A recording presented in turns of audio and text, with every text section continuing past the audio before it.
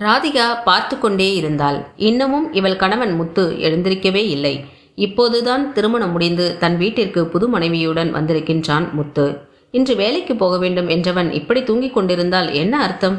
படுக்கையில் கிடந்த முத்துவை புரட்டி, என்னங்க வேலைக்கு போக வேண்டாமா? காஃபி குடிச்சிட்டு குளிச்சு தயாராகுங்க என்றாள் ராதிகா. சற்றென்று எழுந்து உட்கார்ந்தான் முத்து. இன்று டியூட்டிக்கு போக வேண்டிய நாளாச்சே, மறந்தே போனது.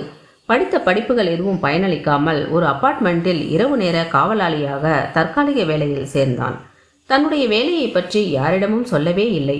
இன்னைக்கு வேலைக்கு போகணுமே, இன்னும் உட்கார்ந்து யோசிச்சுட்டு இருக்கீங்க? மிச்ச மீதி கனவு இருந்தால் நாளைக்கு பார்த்துக்கலாம், சீக்கிரம் எழுந்துருங்க என்று அதட்டினாள் ராதிகா. அப்பார்ட்மெண்ட் செக்ரட்டரி ரொம்பவும் கண்டிப்பானவர். ஞாயிற்றுக்கிழமை கூட லீவு கொடுக்க மாட்டார். ராதிகாவிடம் மெல்ல வேலையை பற்றி தன்னுடைய இக்கட்டான நிலையை பற்றி சொன்னபோது அவள் பிரமித்து போனாள். ஒரு ஞாயிறு கூட ஜாலியாக வெளியே போக முடியாமல் இப்படி தூங்கி வழிவதுதான் வாழ்க்கையா? பகல் முழுவதும் தூங்கும் கணவரிடம் என்ன எதிர்பார்க்க முடியும்? என்னால் இப்படி வௌவால் மாதிரி பகலில் தூங்கி ராத்திரி காவல் காக்கிற உங்களோட வாழ முடியாது என்று கோபமாக சொன்னாள்.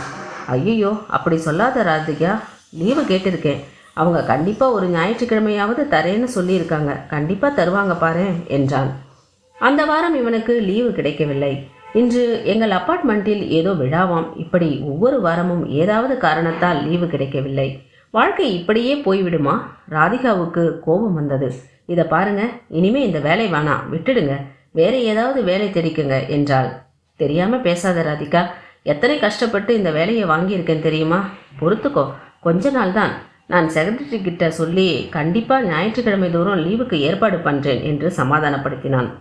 அந்தந்த காலத்தில் அனுபவிக்க வேண்டியவற்றை அனுபவிக்க வேண்டாமா? கிழவனான பிறகு முடியுமா? ராதிகாவுக்கு எரிச்சலும் கோபமும் வந்தது. அன்று காலை மிக சந்தோஷமாக வந்தான் முத்து. அன்று ஞாயிற்றுக்கிழமை. செக்ரட்டரி கிட்ட லீவு சொல்லிட்டு வந்துட்டேன். இன்னைக்கு நான் வேலைக்கு போக வேண்டாம். இந்த ஞாயிற்றுக்கிழமை நம்மளோட நாள், மிக மகிழ்ச்சியான நாள். சாயங்காலம் சினிமாவுக்கு போகிறோம். அப்புறம் ராத்திரி ஹோட்டலில் டின்னர். நீ ஒன்றும் சமைக்க வேண்டாம். இவளுக்கு வெட்கமாக இருந்தது. பிற்பகல் நன்றாக தூங்கினான். மாலை 4 மணி ஆயிடுச்சு. நான் மார்க்கெட்டுக்கு போய் பூ பழம் எல்லாம் வாங்கிட்டு வந்துடுறேன் என்றான் முத்து. ராதிகாவுக்கு ஒரு நல்ல புடவை வாங்கி வந்து திடீரென்று பரிசளிக்க வேண்டும் என்று நினைத்து பணம் எடுத்துக்கொண்டான். சீக்கிரம் வந்துடுங்க, அதுக்குள்ளே நானும் தயாராகிறேன் என்று சொல்லி சமையல் அறைக்குள் நுழைந்தாள். நோட்டு புத்தகத்தில் எழுதி வைத்திருந்த சமையல் ரெசிபி எல்லாம் தேடினாள். ஏதாவது ஒரு ஸ்வீட் செய்யலாமா என்று முடிவு செய்து செயலில் இறங்கினாள். கண்ணாடியில் தன் முகம் பார்த்து பொட்டை சரி செய்து கொண்டாள். முத்து வரும்போது மல்லிகைப்பூ வாங்கி வருவான். அதற்காக நிறைய ஏர்பின் எடுத்து வைத்தாள். மணி 6, இன்னும் முத்து வரவில்லை. எங்கேயாவது பேரம் பேசி நின்று கொண்டிருப்பார் என்று நினைத்தாள். 7 மணி ஆனதும் இவளுக்கு பயம் வந்தது. அப்போதுதான் முத்து தன் மொபைல் போனை அறையில் மறந்து வைத்துவிட்டு போயிருப்பதை பார்த்தாள். எப்படி அவனை தொடர்பு கொள்வது? மணி 8, இன்னும் முத்து வரவில்லை. வாசலை பார்த்தால் ஆள் நடமாட்டமே இல்லை. இன்று ஞாயிற்றுக்கிழமை இல்லையா? எல்லாரும் அவரவர் வீட்டில் டிவியில் சினிமா பார்த்து கொண்டிருப்பர். கடவுளே, என்ன கொடுமை இது! எப்படி முத்துவை தொடர்பு கொள்வது? அப்போது மொபைல் போனில் அழைப்பு வரவே விடுந்தெடுத்து ஓடிப்போய் எடுத்தாள். ஏதோ ஒரு மருத்துவமனையிலிருந்து முத்து ICU என்றனர். இவளுக்கு எதுவுமே புரியவில்லை. கடவுளே என்று கதறியபடி அந்த மருத்துவமனையின் விலாசம் கேட்டு பதறி ஓடினாள். ரிசப்ஷனில் முத்துவின் பெயரை சொல்லி ராதிகா கேட்டபோது ICUவுக்கு வழிகாட்டினர். மருத்துவமனை வளாகத்தில் பைத்தியக்காரை போல ஓடினாள். தீவிர சிகிச்சை பிரிவு அறையின் கண்ணாடி கதவு மூடியிருந்தது. வெளியே யாரையும் காணோம். அங்கிருந்த பெஞ்சில் உட்கார்ந்து கதவு திறப்பதற்காக காத்து கொண்டிருந்தாள்.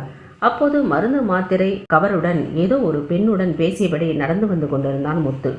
ஓடிப்போய் மாமா என்றாள். உங்கள் ஒய்ஃபா என்று அந்த பெண் கேட்க ஆமாம் என்பது போல் தலையசைத்தான் முத்து. உங்கள் புருஷன் ஒரு தெய்வ பிறவிமா.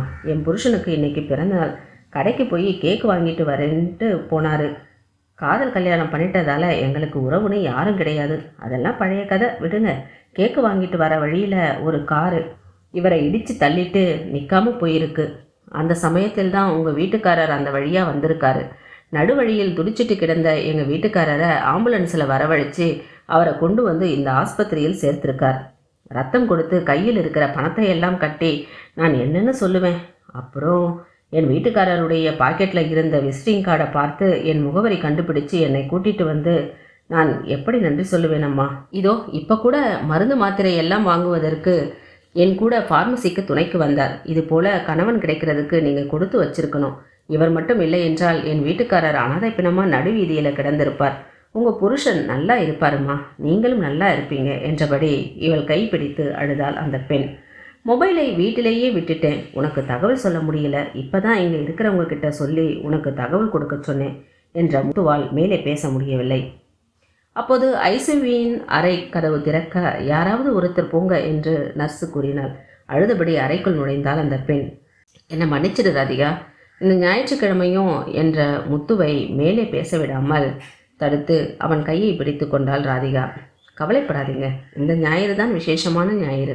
நாம் 2 பேரும் அந்த அம்மாவுக்கு துணையாக இங்கேயே இந்த வராண்டாவிலேயே காத்திருப்போம்.